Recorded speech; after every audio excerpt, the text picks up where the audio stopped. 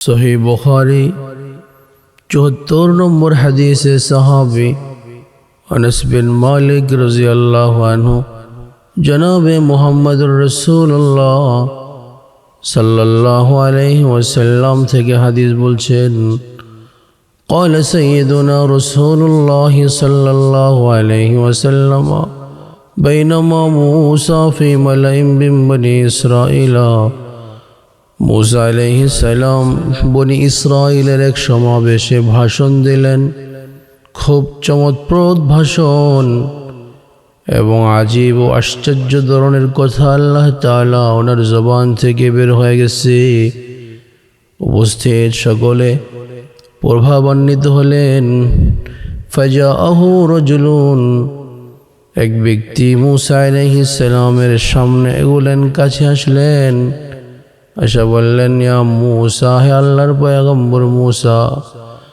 हल ताअलमु अहदन आलमु मिनका अपनी मनोमुग्धकर इल्मी गवेषणामूलक आलोचना नसीहा आमादेरके शोनाय दिलेन तो आमी जानते चाई हल ताअलमु अहदन आलमु मिनका आपनार चाइते कोनो बड़ो ज्ञानी बर्तमान पृथिवीते आछे किना जानबार चाई। मूसा अलैहिस्सलाम जेहेतु तौरात प्राप्त शरियाए पैगम्बर छिलेन एजন্য उनी बोललेन ला बर्तमान पृथिवीते आमार चाइते कोनो बड़ो ज्ञानी एई पृथिवीते नाई आमी सबचेये बड़ो ज्ञानी निजेके बड़ो मने करा निजेके सबचेये बड़ो ज्ञानी हिसाबे उपस्थापन करा आल्लाह ताआलार काछे विषयटा अन्यरकम मने हयेछे। सरकारे दो आलम नबी बोलेन फाअवहाल्लाहु इला मूसा अल्लाह ताआला मूसा अलैहिस्सलातु वस्सलामेर काछे वही पाठालेन नाम आब्दुना खाजिरुन मूसा आमार बान्दा खाजिर जिनि तुम्हार चाइते बड़ो ज्ञानी। मूसा अलैहिस्सलातु वस्सलाम अल्लाह ताआलार काछे आवेदन करलेन मौला हे तुम्हार ओई बान्दा जाके तुमी बड़ो ज्ञान दिয়েছো तार थेके आमी इल्म शिखबार चाई ताके आमी कोन जायगाय पाबो। अल्लाह ताआला हजरत मूसा अलैहिस्सलातु वस्सलाम के किछु आलामत बोले दिलेन मूसा तुमी संगे एकटी माछ निये जाइबा ওই মাছটা যেখানে ভাজা মাছ জীবিত হয়ে যায় দুই নদীর দুই সমুদ্রের সঙ্গমস্থলে জীবিত হয়ে যাবে এবং ওখানে তুমি আমার বান্দা খিজিরকে পাবে। मूसा আলাইহিসসালাতু ওয়াসসালাম তাওরাত প্রাপ্ত পয়গম্বর এত জ্ঞানী ছিলেন। তাওরাত সম্বন্ধে বলা হয়েছে তিবয়ানান লিকুল্লি শাইইন प्रत्येक बस्तुर डिटेल्स विस्तारित आलोचना आल्लाह ताआला ताওরাতের মধ্যে দান করেছেন। তা সত্ত্বেও मूसा अलैहिस्सलातु वस्सलाम इल्म शिखार जन्य एत आग्रही छिलेन। आल्लाह ताआला पुरा घटनाके कुराने कारीम सूरा काहाफ 18 नम्बर सूरार 60 থেকে 82 नम्बर आयाते आल्लाह बोलेन إذ قال موسى لفتاه لا أبرح حتى أبلغ مجمع البحرين أو أمضي حقبا मूसा যখন তার সঙ্গী ইউশা বিন নুনকে বললেন আমরা যুগ যুগ যাবৎ চলতেই থাকব যতক্ষণ না দুই সমুদ্রের সঙ্গম স্থল পাই। তো मूसा আলাইহিস সালামের সঙ্গীর নাম ছিল ইউশা বিন নুন। यूशा बिन नून छिलेन हजरत मूसा अलैहिस्सलातु वस्सलामेर भाइगना। सरकार दो आलम नबी यूशा बिन नून सम्बन्धे बोलेन मुस्नादे अहमद बिन हम्बल हादिस नम्बर 8315 साहाबी अबू हुरैरा थेके बर्णित क़ालन नबी सल्लल्लाहु अलैहि वसल्लम मा हुबिसत शम्सु लिबाशारिन कद्दु अल्लाहर रसूल बोलेन घूर्णयमान जे सूर्य आछे এই সূর্যকে আল্লাহ তাআলা কোনো মানুষের জন্য কখনোই স্থির করেন না, সূর্যকে থামিয়ে দেন না। ইল্লা লিইউশা বিন নুন, কিন্তু ইউশা বিন নুনের আবেদনের প্রেক্ষিতে আল্লাহ তাআলা ঘূর্ণয়মান সূর্যকে বলছেন, সূর্য তুই থেমে যা। সুবহানাল্লাহ।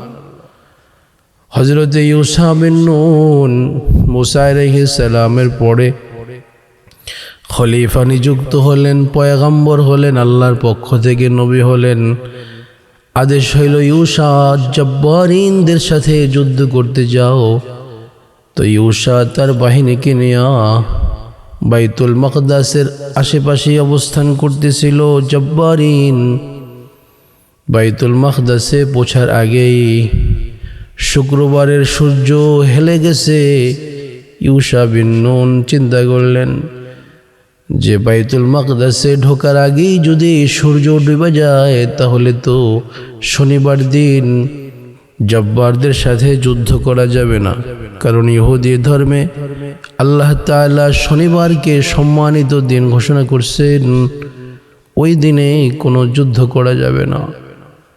তাই ইউশা বিন নুন আল্লাহ তাআলার কাছে আবেদন করলেন, মাওলা তুমি বলে দাও তোমার ঘূর্ণয়মান সূর্য যেন স্থির হয়ে যায়, আমি বাইতুল মাকদাসে ঢুকবো এবং জব্বারদেরকে পরাস্ত করব। তোমার দ্বারাদ্রোহী আছে, তোমার দুশ্মন খোদাদ্রোহীদেরকে পরাস্ত করার পরে সূর্য যেন ডুবে।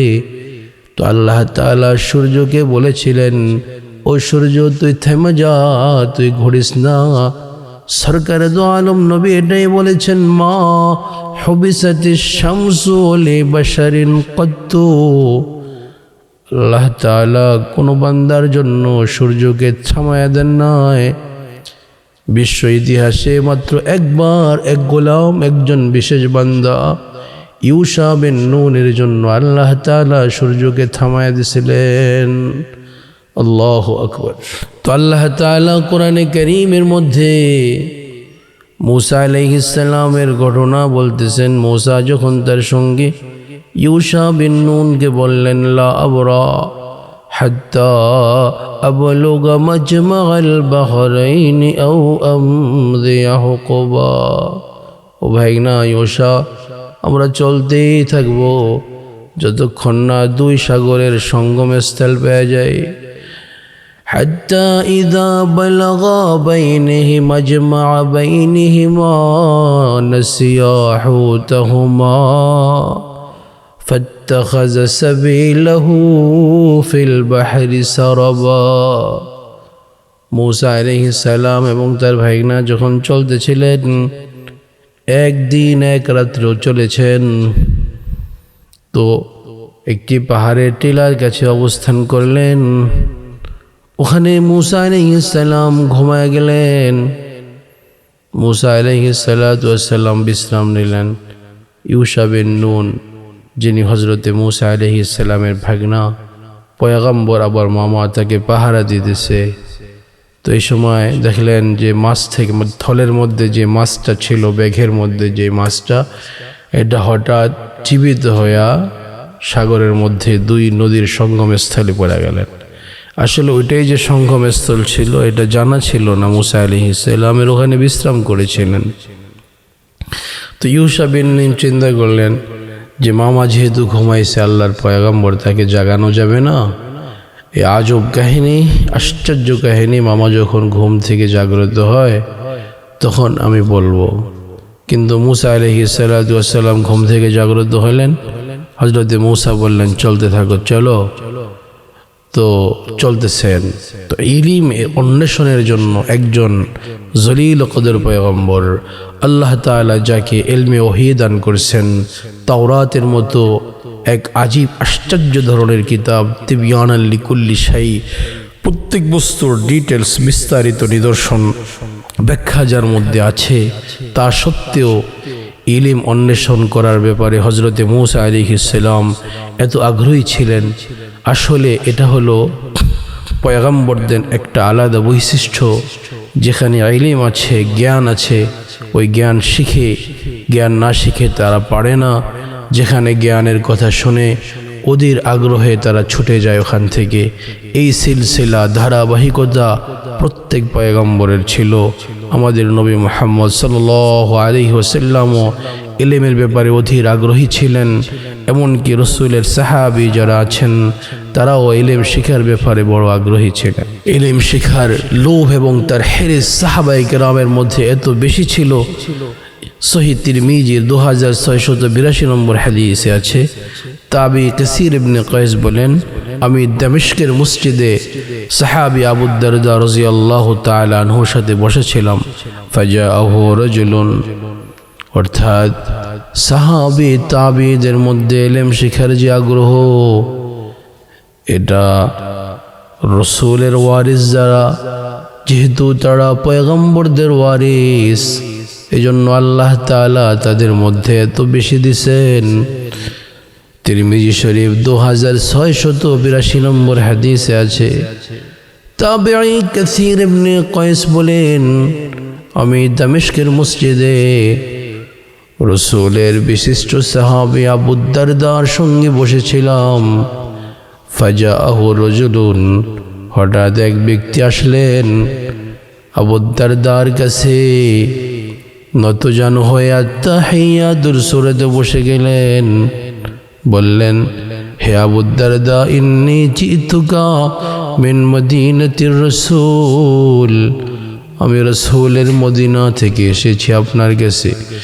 বালাগানি আন্নাকা তুহাদ্দিসু মিন রাসূলিল্লাহ সাল্লাল্লাহু আলাইহি ওয়াসাল্লাম, আমি শুনলাম যে আপনি আল্লাহর রসুল থেকে একটি হাদিস শ্রবণ করেছেন এবং তা আপনার ছাত্রদেরকে পড়া শোনান।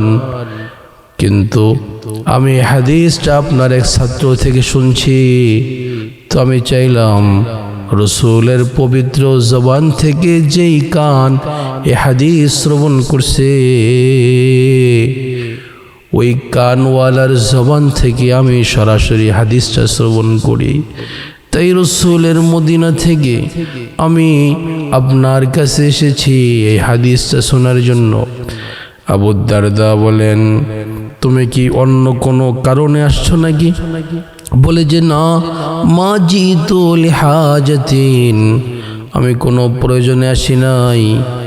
আবু দারদা বলেন, আমা জিতা লিতিজারাতিন, তুমি কি কোনো ব্যবসায়িক সফরে আসছো আর মনে মনে ভাবছো যে ব্যবসার উদ্দেশ্যে যাই? আবু দারদা যেহেতু দামেস্কে আছে, তার থেকে হাদিসটা শুনে ফেলবো। ওই তাবি বলেন, আল্লাহর কসম, আমি অন্য কোনো কারণে আসি নাই, আমি ব্যবসার জন্য আসি নাই, অন্য কোনো জরুরত নাই। মা জিতুকা লিহাজাতিন, আমি কোনো কারণে আসি নাই, শুধুমাত্র একটা কারণ যে আমি আপনার জবান থেকে রাসূলের হাদিসটা শুনবো। সুবহানাল্লাহ। আবু দারদাও তো ওই সাহাবী ছিলেন। আবু দারদা সম্বন্ধে উসতুল গাবা ফি মারিফাতিস সাহাবা আছে।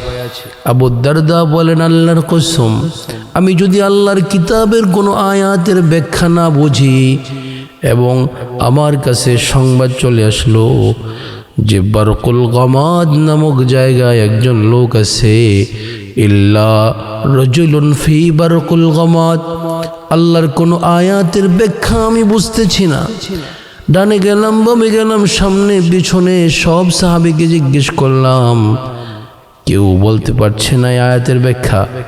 তো আমি শুনতে পেলাম রাসূলের এক সাহাবী অথবা কোনো জ্ঞানী সে বারকুল গামাদ নামক জায়গায় অবস্থান করতেছে। আল্লাহর কসম, আমি ওই আয়াতের ব্যাখ্যা শোনার জন্য দামেস্ক থেকে বারকুল গামাদে আমি রওনা করব, আমার উটের কোহান বাঁধব শুধু একটা ব্যাখ্যা জানার জন্য। সুবহানাল্লাহ। বারকুল গামাদ দামেস্ক থেকে 1800 কিলোমিটার।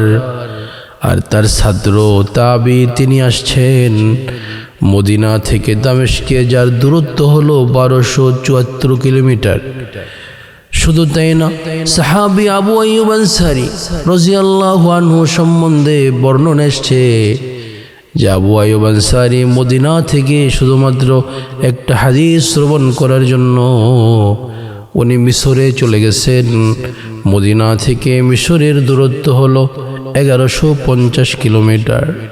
শুধু সাহাবীদের মধ্যে এটা না, তাবিদের মধ্যে ছিল আরেক সাহাবী যিনি মুকাসসিরিনা ফিল হাদিস ছিলেন।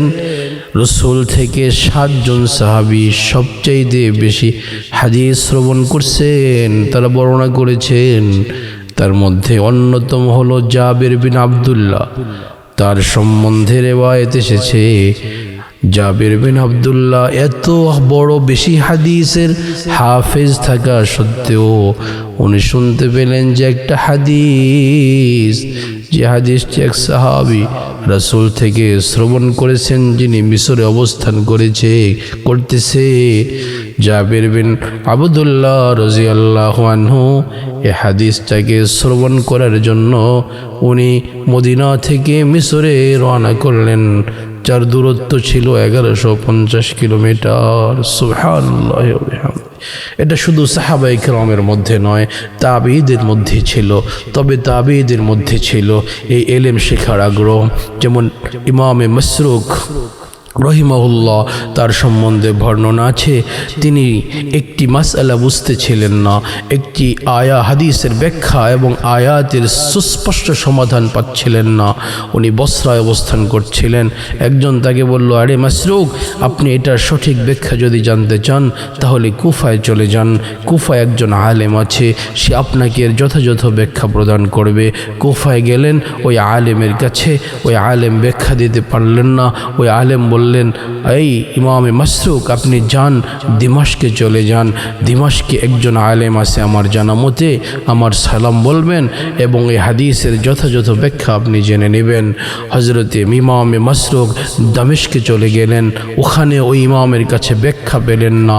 আবার ওই দামেশকের ইমাম বললেন, আপনি তো অনেক কষ্ট করে এসেছেন, এই হাদিসের ব্যাখ্যা যদি জানতে চান তাহলে আমার জানা মতে মদিনায় একজন বড় আলেম আছে, যে আপনাকে এই হাদিসের ব্যাখ্যা যথাযথ দিতে পারবেন। ইমামে মাসরুক আবার উটের কোহান বাঁধলেন, উটের উপরে চললেন। দামেস্ক থেকে মদিনার দূরত্ব 1274 কিলোমিটার। শুধু একটা হাদিসের সমাধানের জন্য, কোরআনের একটা আয়াতের ব্যাখ্যার জন্য উনি আবার দীর্ঘ 1274 কিলোমিটার রওনা করলেন। মদিনায় গেলেন। মদিনায় ওই আলেমকে পেয়ে গেলেন, যিনি হাদিস এবং কোরআনের সঠিক ব্যাখ্যা দিলেন। ইমামে মাসরুক রহিমাহুল্লাহ আল্লাহর শুকরিয়া আদায় করলেন। দীর্ঘ ক্লান্ত পরিশ্রান্ত সফরের কারণে উনি হয়েছিলেন, কিন্তু হাদিসের সঠিক ব্যাখ্যা পেয়ে ইমামে মাসরুক রহিমাহুল্লাহ সব কষ্টকে ভুলে গিয়ে বললেন, ফালিল্লাহিল হামদ, প্রশংসা আল্লাহর জন্য যে মৃত্যুর আগে আমি হাদিসের একটা ব্যাখ্যা, সঠিক ব্যাখ্যা জানতে পারলাম। সুবহানাল্লাহ।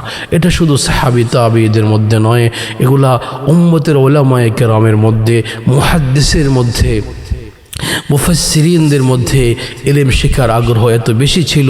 ইমামে বুখারী রহিমাহুল্লাহ একটি হাদিসের জন্য, একটি হাদিসের সনদ এবং সঠিক একটি হাদিসের সূত্র এবং সঠিক সনদ জানার জন্য হাজার হাজার মাইল সফর করেছেন, শত শত মাইল সফর করেছেন। ইমামে তিরমিজি, ইমামে মুসলিম বিন হাজ্জাজ আল কুশাইরি, ইমামে আহমদ বিন হাম্বল মুসনাদে বাজ্জারওয়ালা, ইমামে হাকিম সহকারে ইমামে আবু হানিফা, ইমামে শাফি, মালিক বিন আনাস বিন মালিক, আহমদ বিন হাম্বল সহ বড় বড় উলামায়ে কেরাম, হযরতে মুহাম্মদ বিন হাসান আশ-শাইবানি, আবু ইউসুফ সহকারে, ইমামে জুফর সহকারে আমাদের উলামায়ে কেরাম, আমাদের মুরব্বিরা। শুধু তাই না, আমাদের আকাবেররা, আমাদের উজ্জ্বল নক্ষত্র যাদের মাধ্যমে আমরা ইলম পাইছি, তারা একটা মাসআলার জন্য বাবা, একটা হাদিসের ব্যাখ্যা জানার জন্য, কোরআনের একটা ব্যাখ্যা জানার জন্য তারা দূরকে দূর সফর করছেন, হাজার হাজার মাইল ভ্রমণ করছেন। ইমামে বুখারী থেকে নিয়ে ইমামে নাসাই পর্যন্ত, মুহাম্মদ বিন মাজা পর্যন্ত, এমনকি আমাদের উলামায়ে দেওবন্দ যারা আছে তারাও ইলমের ব্যাপারে এত পিপাসু, ইলম এবং ইলমে ওহীর ব্যাপারে, আল্লাহ প্রদত্ত ইলমের ব্যাপারে, জ্ঞানের ব্যাপারে তারা এত আগ্রহী যে আসলে তারা ইলম ছাড়া বোঝে না। हम लोग मदारिस वाले हैं, हम लोग मदारिस वाले हैं, हम दहशत गर्दी क्या जाने, हम लोग मदारिस वाले हैं, हम दहशत गर्दी क्या जाने, हम दीन नबी के तालिब हैं, हम दीन नबी के तालिब हैं, हम जुल्म मुताद्दी क्या जाने, हम आका के मनने वाले हैं, हम आका के मनने वाले हैं, हम आका के मनने वाले हैं, हम फिरका पुरुस्ती क्या जाने। আমরা ইলমে নবুবী অন্বেষণ করার ব্যাপারে আগ্রহী। আমরা দুনিয়ার কোনো ফিতনা ফাসাদ বুঝি না, ক্ষমতা বুঝি না, দুনিয়ার কোনো পজিশন বুঝি না। যেখানে ইলম, যেখানে ইলমে ওহী ওখানে ওলামায়ে দেওবন্দ, যেখানে ইলমে ওহী ওখানে ওলামায়ে হাটহাজারি, ওলামায়ে বাঙ্গাল, ওলামায়ে মাদারিসে কওমিয়া। ক্ষমতা চাই না, রাজত্ব চাই না, আমরা ইলমে ওহীর অন্বেষণ চাই। हम लोग मदारिस वाले हैं, हम दहशत गर्दी क्या जाने, हम आका के मनने वाले हैं, हम आका के मनने वाले हैं, हम फिरका पुरुस्ती क्या जाने। আমরা আমাদের নবী মুহাম্মদুর রাসূলুল্লাহর অনুসারী। আমরা কোনো ফিরকা পুরুস্তি বুঝি না, আমরা কোনো দলাদলি বুঝি না। যেখানে ইলম ওখানে আমরা। আল্লাহু আকবার।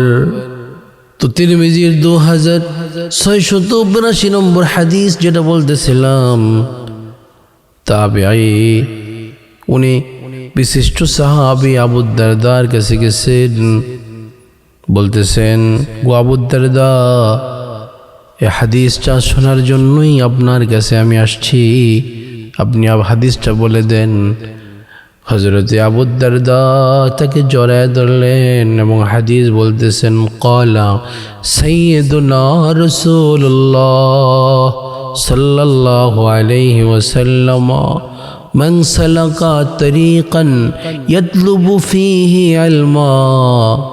আল্লাহর রাসূল বলেন, কেউ যদি ইলম শেখার জন্য কোনো রাস্তা গ্রহণ করে, আল্লাহ তাআলা তার জন্য জান্নাতের রাস্তাকে সহজ করে দেন।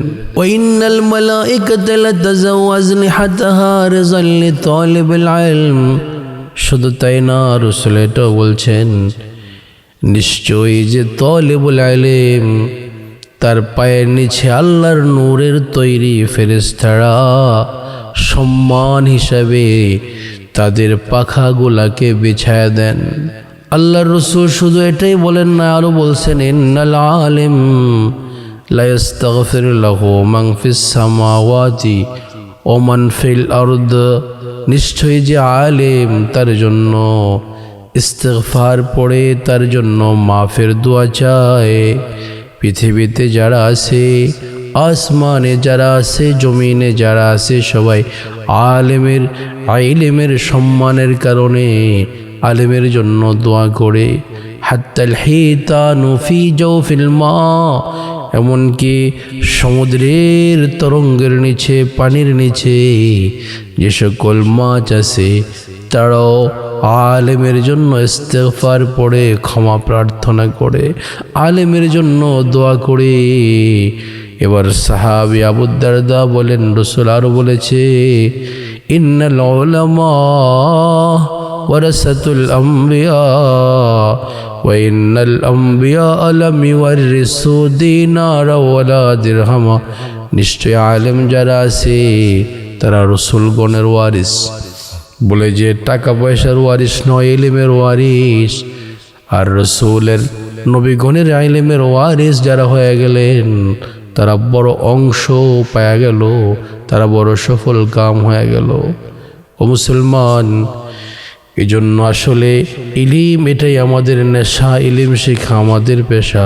ইলিমের ব্যাপারে আমরা এত বড় আগ্রহী যে ওলামায়ে দেওবন্দ, ওলামায়ে কওমিয়া, মাদারিসে কওমিয়া যারা আছে, যারা বর্তমানে ইলমে ওহির ধারক এবং বাহক আছে, তাদের একটাই নেশা, তাদের একটাই কলবি আশা, তারা ইলমে ওহিকে সংরক্ষণ করবে, তারা ইলমে ওহির বাণীগুলো জাতির সামনে পৌঁছে দেবে। এজন্য এক কবি বলেন, হাম লোগ মাদারিস ওয়ালে हम दहशत गर्दी क्या जाने। আমরা হলাম মাদ্রাসাওয়ালারা, আমরা কোনো মারামারি বুঝি না, আমরা কোনো দলাদলি বুঝি না। हम लोग मदारिस वाले हम दहशत गर्दी क्या जाने। हम दीन नबी के तालिब हैं, हम दीन नबी के तालिब हैं, हम जुल्म तादी क्या जाने। আমরা হলাম দ্বীনে নবীর তালিব, আমরা রসুলের ইলমের ওয়ারিস, আমরা কারো প্রতি জুলুম অত্যাচার কিছু বুঝি না। আমরা দুনিয়ার কোনো লোভ লালসা আমাদের মধ্যে নাই। আমাদের মধ্যে শুধু আছে ইলমের স্পৃহা, ইলমের জজবা, ক্ষমতার লোভ, পাওয়ারের লোভ, টাকার লোভ। আল্লাহর কসম, কোনো প্রকৃতপক্ষে যে তালেবুল ইলম তার মধ্যে থাকতে পারে না। যেমন হাকিম তিরমিজি ধারাবাহিক সনদে রাসূল থেকে হাদিস বলেছেন, নওয়াদিরুল উসুলের মধ্যে যে হাদিসটা আছে, আল্লাহ রসুল বলেন, কানা লোকমান কানা আবদান হাবাশিয়ান। লোকমান ছিলেন একজন হাবশি গোলাম, একজন হাবশি কিদুদাস ছিলেন। আল্লাহ তাআলা তাকে হিকমত দান করছেন, কারণ লোকমান হাকিমের মধ্যে 3টা গুণ ছিল। কাসীরুস সামাত, উনি বেশি চুপ থাকতেন। কাসীরুত তাফাক্কুর, বেশি চিন্তা করতেন। হুসনুজ জান্নি, মানুষের প্রতি ভালো ধারণা করতেন। এজন্য আল্লাহ তাআলা তাকে হিকমত দান করছেন। এবার আল্লাহ তাআলা লোকমান হাকিমকে ভালোবাসা দিয়ে বলেন, হাকিম লোকমান, আমি তোমাকে রাজত্ব দিতে চাই, ক্ষমতা দিতে চাই। হাকিম লোকমান, আমি তোমাকে পাওয়ার দিতে চাই। হাকিম লোকমান আল্লাহ তাআলার কাছে বললেন, আল্লাহ, তুমি যে আমাকে খলিফা বানাইবা, যদি তুমি জোর করো তাহলে আমি নিতে রাজি আছি, কিন্তু যদি আমাকে স্বাধীনতা দেওয়া হয় তাহলে আমি পাওয়ার নিতে চাই না, ক্ষমতা নিতে চাই না। আল্লাহ তাআলা হাকিম লোকমানকে ডেকে বললেন, লোকমান, সবাই তো ক্ষমতাবান হতে চায়, তুমি কেন পাওয়ার নিতে চাও না?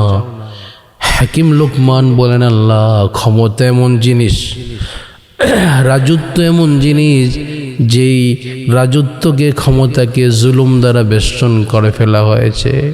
যেই রাজত্বের মধ্যে রাজত্ব এবং পাওয়ার যদি ঠিকঠাক মতো চালানো না হয়, জুলুম এবং অপরাধ দ্বারা পুরা ঘেরাও করা থাকে, এটার থেকে সফলতা পাওয়া, এটা আপনি যাকে দেন, জোর করে দেন, আপনি যাকে এই রাজত্ব দেন, চাওয়া ছাড়া কেবল সেই চালাতে পারে। এই ক্ষমতা কেউ নিয়া আগ্রহী হইয়া কেউ যদি নেয়, তাহলে এই ক্ষমতার ব্যাপারে সফলতা অর্জন করা সম্ভব না। হাকিম লোকমান ঠিকই বলেছেন, কারণ আল্লাহর রসুল হাদিসে বলছেন, ক্বালা সাইয়্যিদুনা রাসূলুল্লাহ সাল্লাল্লাহু আলাইহি ওয়াসাল্লাম, সহিহ বুখারীর 7147 নম্বর হাদিসে আছে, আল্লাহর রসুলের সাহাবী আব্দুর রহমান বিন সামুরা বলেন, আমার খলিল আমাকে ওসিয়ত করেছেন, ইয়া আব্দুর রহমান বিন সামুরা, লা তাসআলিল ইমারাতা। আব্দুর রহমান বিন সামুরাকে নসিহত করছেন, আব্দুর রহমান, তুমি কখনো ক্ষমতাকে চায়া নিও না, জিম্মাদারি চায়া নিও না। যদি চেয়ে নেও তাহলে এটার সব কিছু তোমার উপরে অর্পণ করা হয়। ওয়াইনুতি তাহা মিন গায়রি মাসআলাতিন, যদি তোমার সওয়াল ছাড়া, প্রার্থনা ছাড়া যদি তোমাকে ক্ষমতা দেওয়া হয়, রাজত্ব দেওয়া হয়, তোমাকে কোনো কাজের জিম্মাদারি দেওয়া হয়, ওয়াইনতা আলাইহা, তাহলে এটার উপরে আল্লাহর পক্ষ থেকে সাহায্য আসবে। তুমি যথাযথ চালাতে পারবা, তুমি যথাযথ চালিয়ে তোমার কর্তব্যে তুমি সফল হতে পারবা। এজন্য এটা সত্য এবং ধ্রুব সত্য যে বর্তমানে যারা গণতন্ত্রের রাজা বাদশাহ আছে, গণতন্ত্রের প্রধানমন্ত্রী আছে, মন্ত্রী মিনিস্টাররা আছে, তারা সফল হতে পারে না। কারণ সবাই তো পাওয়ার চায়, সবাই ক্ষমতা চায় নেয়, সবাই এমপি প্রার্থী হয়, সবাই মন্ত্রী প্রার্থী হয়, সবাই পিএমের প্রার্থী হয়, সবাই রাষ্ট্রপতি প্রার্থী হয়। আর কেউ যদি চায়া নেয়, লোভিং করে ক্ষমতা নেয়, আল্লাহর কসম ওই প্রাইম মিনিস্টার, ওই প্রেসিডেন্ট, ওই মন্ত্রী সফলতার চরম শিখরে পৌঁছা এটা পসিবল না। কারণ তারা তো চেয়ে নেয়, আর যারা চেয়ে নেয় না তাদেরকে আল্লাহ তাআলা সফলতা দান করে। বর্তমান পৃথিবীর সমস্ত রাষ্ট্রের দিকে যদি তাকানো হয়, তাহলে আমি নির্দ্বিধায় দ্ব্যর্থহীন ভাষায় বলতে পারি যে কোনো পিএম, কোনো দেশের বাদশাহ বা কোনো দেশের প্রধান তারা সফল না, বরঞ্চ তাদের মধ্যে কখনো ইজ্জত, কখনো বেইজ্জত, কখনো তারা সম্মানের চরম শিখরে আদিসীন হয়, উন্নতির চরম শিখরে পৌঁছে যায়, আবার কখনো তারা লাঞ্ছিত হয়, অবমানিত হয়। কারণ হচ্ছে একটাই, তারা তো ক্ষমতা প্রার্থী, আর আল্লাহ ক্ষমতা প্রার্থীকে যে চেয়ে নেয় তাকে কখনোই সাহায্য করেন না। এজন্য অন্য হাদিস আছে, পরের হাদিস সহিহ বুখারী ৭,148 নম্বর হাদিস আছে, আল্লাহ রসুল বলেন, ইন্নাকুম সাতাহরিসুনা আলাল ইমারা, তোমাদের মধ্যে এমন কিছু লোক আসবে যারা ইমারত এবং দায়িত্ব এবং রাজত্বের উপরে তারা লোভাতুর থাকবে, তারা লোভী হবে। ওয়াসায়াকুনু নাদামাতান ইয়াউমাল কিয়ামা, এবং এটাকে যথাযথ সফলতার সাথে বাস্তবায়ন না করার কারণে কিয়ামতের ময়দানে তারা লাঞ্ছিত হবে, দুনিয়াতে তারা লাঞ্ছিত হবে। এই জন্য কেউ যদি ক্ষমতা চেয়ে নেয়, সফলতা অর্জন করা সম্ভব না।